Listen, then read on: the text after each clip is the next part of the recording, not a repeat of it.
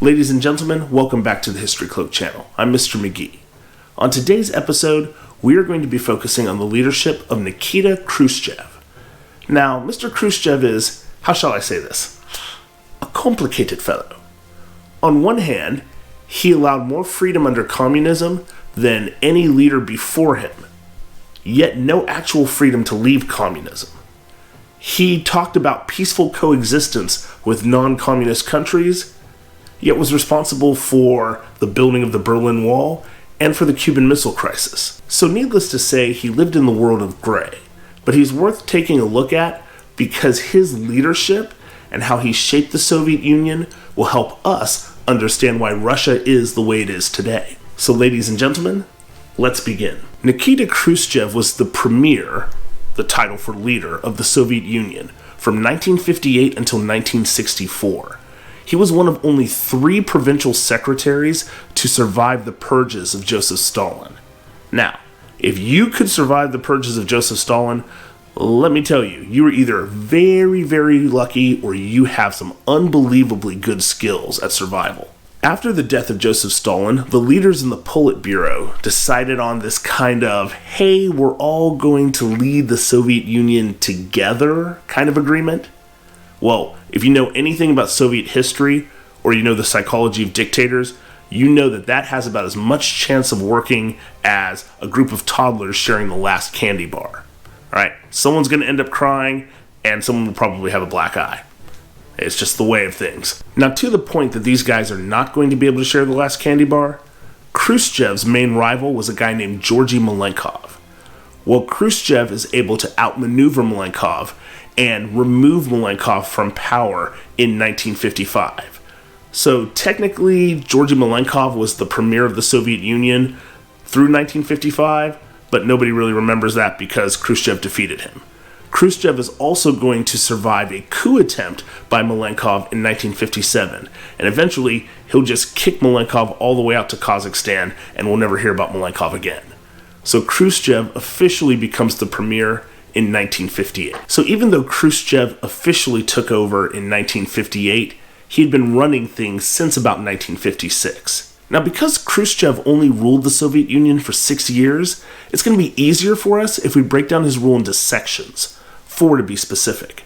Number 1, Destalinization. Number 2, the space race. Number 3, the Berlin Wall.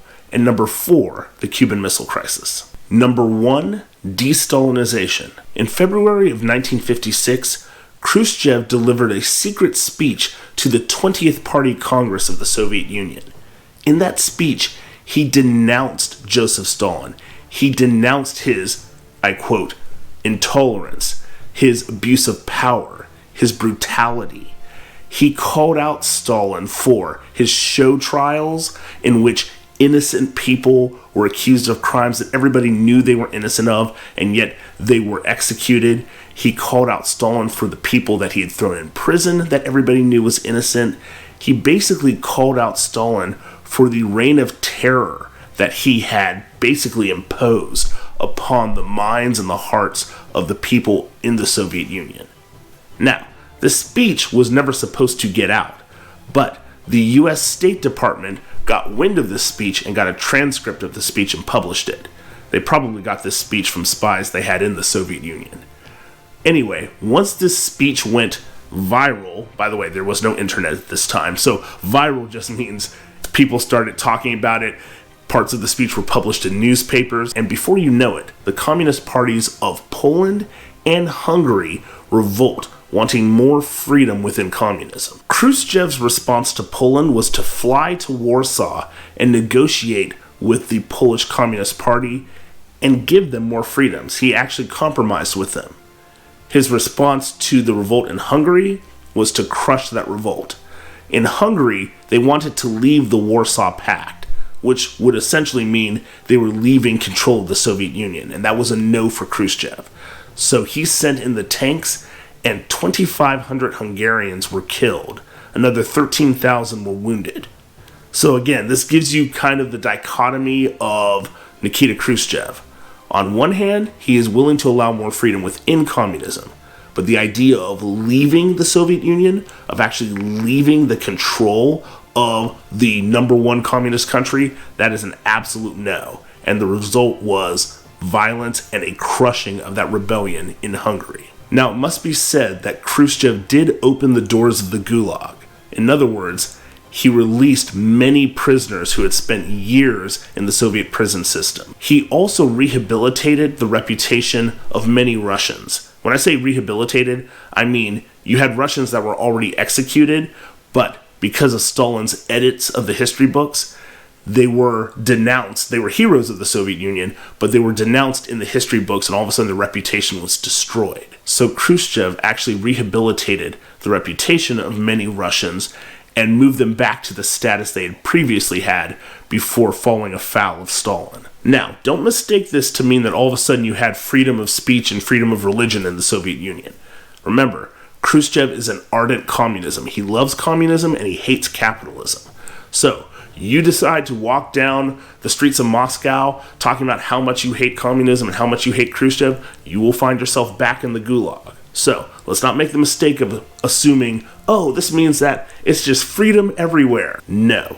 But what Khrushchev wanted to do was de-Stalinize the Soviet Union, remove the reign of terror that Stalin had put in place on the people and on society in general. So Khrushchev in 1961 actually had the body of Joseph Stalin removed from the mausoleum of Lenin and buried near the Kremlin wall. Again, all part of the de-Stalinization program of Khrushchev. By the way, his de-Stalinization program also opened up chances to talk with the West. He was actually able to go to the United States, talk to Dwight Eisenhower, who was president at the time, and actually tour different places in the US. So people call this a thaw in the Cold War. Now, as I said, Khrushchev's a complicated fellow, but at this point there is a thaw as people see him as more open and less hostile than his predecessors Lenin and Stalin. Number 2, the space race. In 1957, the Soviet Union launched the first satellite to orbit the Earth. In 1959, they launched a rocket that hit the moon. And in 1961, Yuri Gagarin became the first human being to orbit the Earth. Khrushchev has kicked off the space race. Now, if you're thinking, okay, whoop-de-doo, all right, you launched a satellite, you launched a guy into space, so what? You are thinking with the technology we have today. Imagine if you are the United States and you all of a sudden hear that your mortal enemy, the one that is conquering all of Europe and looks like it wants to conquer the world, has the technology to be able to launch objects, a satellite, and people into space. Why is this a bad thing?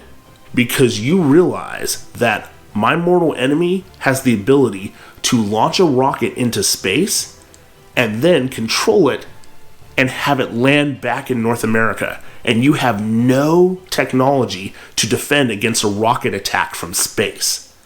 That is a problem. Not only is it a problem, but it also allows the Soviet Union to be able to threaten any country in the world and get them to do what they want in exchange for not having a nuclear weapon dropped on them from space.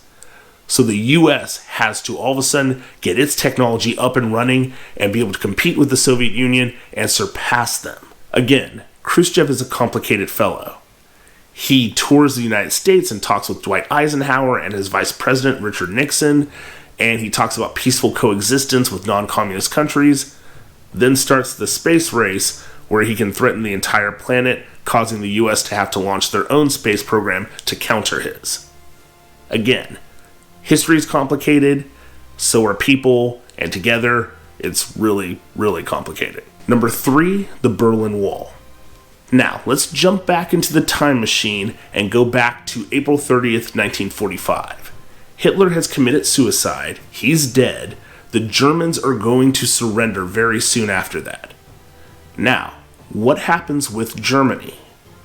Well, we've had the Soviets coming in from the east. They've been taking over all of Eastern Europe, and they're coming into Germany.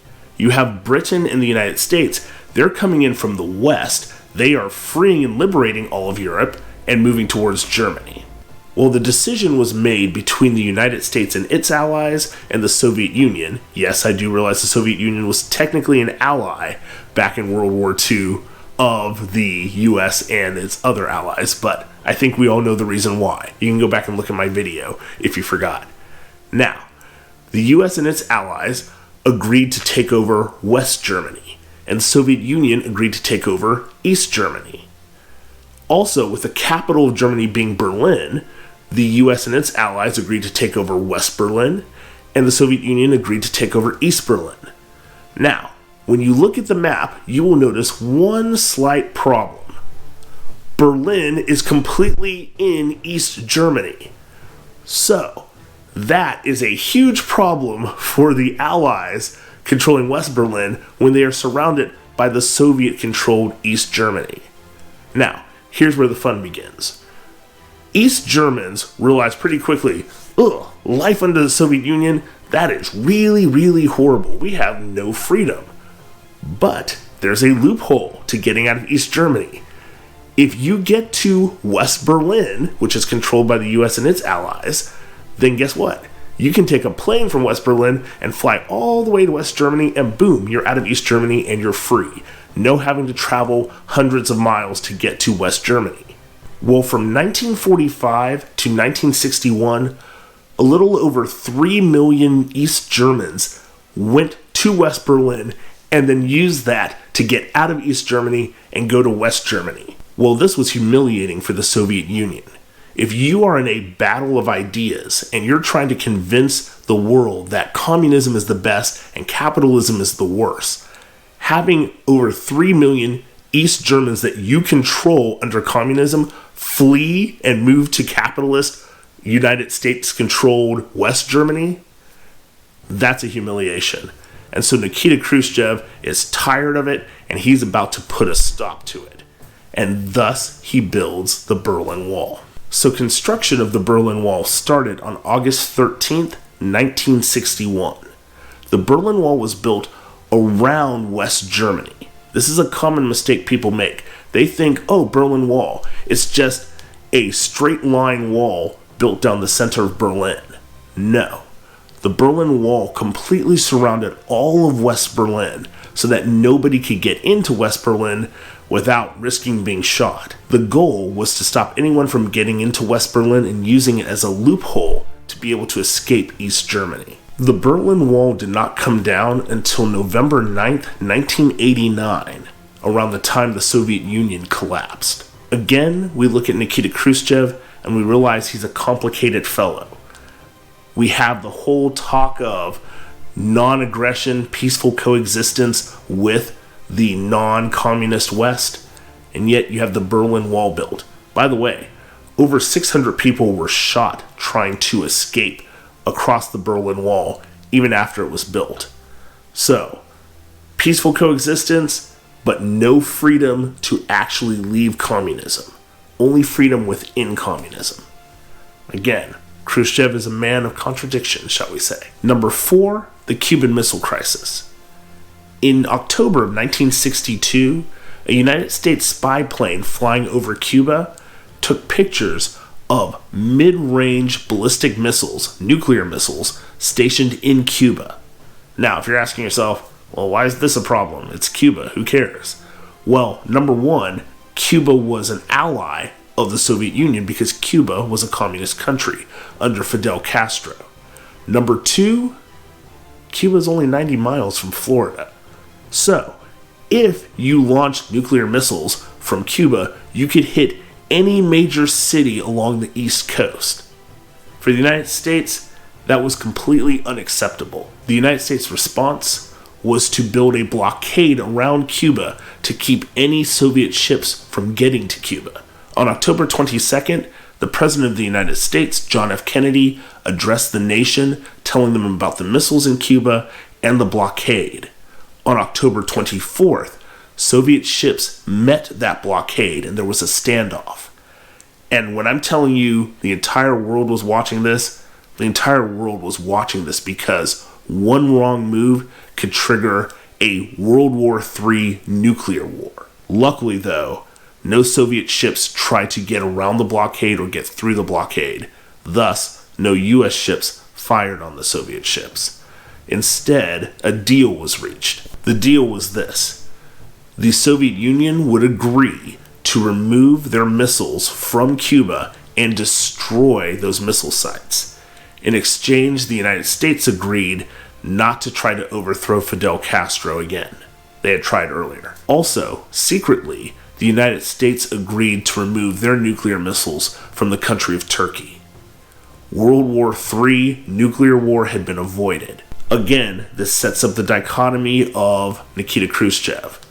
Peaceful coexistence with the West, nuclear missiles 90 miles from your arch rival and enemy, the United States. Luckily, nuclear war was avoided, but that ratcheted up the tensions between the Soviet Union and the United States. Because of those ratcheted up tensions, the United States and the Soviet Union installed a hotline between Moscow and Washington, D.C. So in case something like this happened again, the president could pick up the phone and talk to the premier of the Soviet Union directly, and vice versa. Also, the United States, the Soviet Union, and a few other countries agreed to sign a nuclear test ban treaty. Relations with China, the other major communist country in the world, and the Soviet Union had been strained with Khrushchev leading the Soviet Union. Mao viewed Khrushchev as a buffoon, viewed him as a weak kind of idiot. Khrushchev viewed Mao as kind of like a Stalin type, not able to change and kind of be malleable with the times. Well, when the Soviet Union removed their missiles from Cuba, China saw that as a sign of weakness, and the relationship between China and the Soviet Union pretty much disintegrated. Also, with food shortages in the Soviet Union, Nikita Khrushchev's reign as premier was about to come to an end. So in October 1964, the Politburo recalled him from his vacation in the country of Georgia and forced him to resign, both from his premiership of the Soviet Union and also from the Communist Party. And thus, Nikita Khrushchev spent the rest of his life in retirement in the Soviet Union. Now, the question comes up at this point from a lot of historians, from a lot of political commentators. Well, Nikita Khrushchev, was he a good leader? Was he a good person? Well, no, not really. The reason why he's sometimes seen as good is because compared with Stalin and Lenin, he looks fantastic. Now, he still held the same beliefs in communism. He loved communism, he hated capitalism, and he wanted to see the Soviet Union dominate. He just didn't act as insane as Stalin. So Khrushchev looks good in the same way that being attacked by the dog in your neighborhood is good in comparison to being attacked by a pack of wolves. Neither one is actually good. One just seems a lot better if you have to suffer. I'd rather be attacked by one dog than a pack of wolves, but that doesn't make being attacked by one dog good. That's kind of the way to view Khrushchev. He was okay with freedom within communism, but would crush anyone trying to leave communism. He was willing to talk about peaceful coexistence with the West, but then built the Berlin Wall and shot people trying to escape to the West, or put missiles in Cuba, almost starting a nuclear World War III. If you have any questions or comments about the episode or comments about the background, I'm trying a new background lighting thing, so I'd love to hear your comments on that. Please leave your comments respectfully and politely in the description box below. I'm Mr. McGee. Take care.